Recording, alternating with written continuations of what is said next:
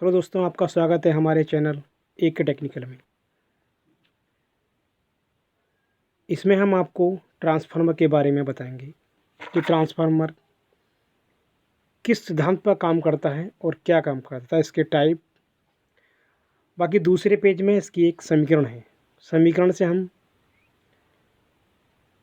कुछ अगर वैल्यू दे रखी है तो बाकी वैल्यू हम निकाल सकते हैं। आइए शुरू करते हैं वीडियो को देरी ना करते हुए। ट्रांसफार्मर म्यूचुअल इंडक्शन के सिद्धांत पर कार्य करता है। ये एक ऐसी डिवाइस है जो एसी धारा के वोल्टेज को परिवर्तित करती है। दो लाइनों में हमने ये पढ़ा। सबसे पहले म्यूचुअल इंडक्शन सिद्धांत पर काम करती है। म्यूचुअल मतलब अन्योन्य प्रेरणा के सिद्धांत पर कार्य करती है। ये एक ऐसी डिवाइस है जो एसी धारा के वोल्टेज को परावर्तित करती है। मतलब एसी धारा के वोल्टेज को, डीसी धारा के वोल्टेज को नहीं। ये केवल एसी धारा के वोल्टेज को परिवर्तित कर सकती है। परिवर्तित मतलब या उसको बढ़ा सकती है, उसको घटा सकती है। दूसरी चीज़, ट्रांसफार्मर के टाइप। ट्रांसफार्मर के टाइप होते हैं दो: step down transformer, step up transformer. Step down transformer में हमने एक ट्रांसफार्मर का एक छोटा सा चित्र दिखाया है, सिर्फ कुंडलियों का।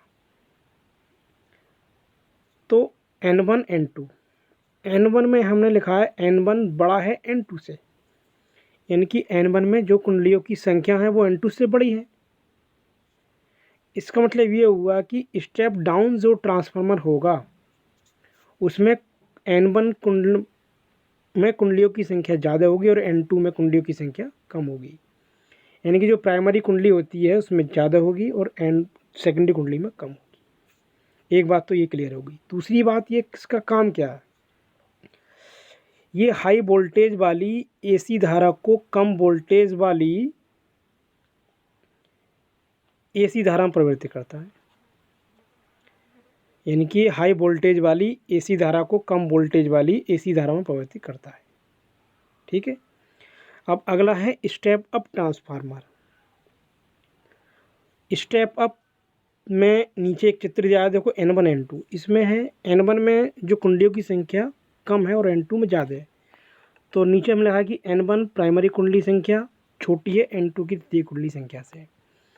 तब स्टेप अप में हमें ये बात याद रखनी है कि जो स्टेप अप ट्रांसफार्मर होगा उसमें प्राइमरी जो में कुंडलियों की संख्या होगी वो कम होगी और दूसरी में ज़्यादा होगी। अब इसकी डेफिनेशन देखते हैं। ये लो वोल्टेज वाली एसी धारा को हाई वोल्टेज वाली एसी धारा में परिवर्तित करता है। मतलब कि ये लो वोल्टेज वाली एसी धारा को हाई वोल्टेज वाली एसी धारा में परिवर्तित करता है। आगे है ट्रांसफार्मर की इक्वेशन।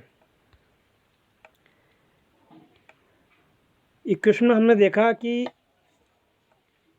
हमने एक ट्रांसफार्मर बनाया है, एक सिंबल ऐसी बनाया है जिसमें हमने E1 I1 N1 E2 N2 IT लिया। साइड में लिखा है कि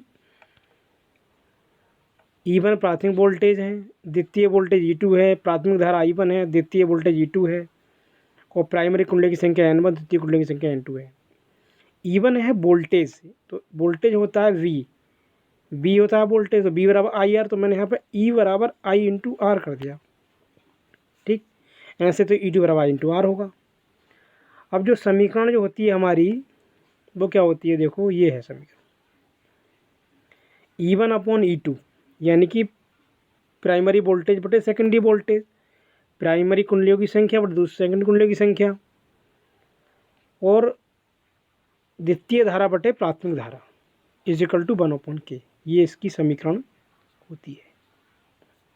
ठीक, धन्यवाद। हमारी वीडियो को अगर आपको अच्छा लगा हो तो इसे लाइक करें, शेयर करें और अपने दोस्तों को ज़्यादा से ज़्यादा फैलाएं। ठीक, धन्यवाद।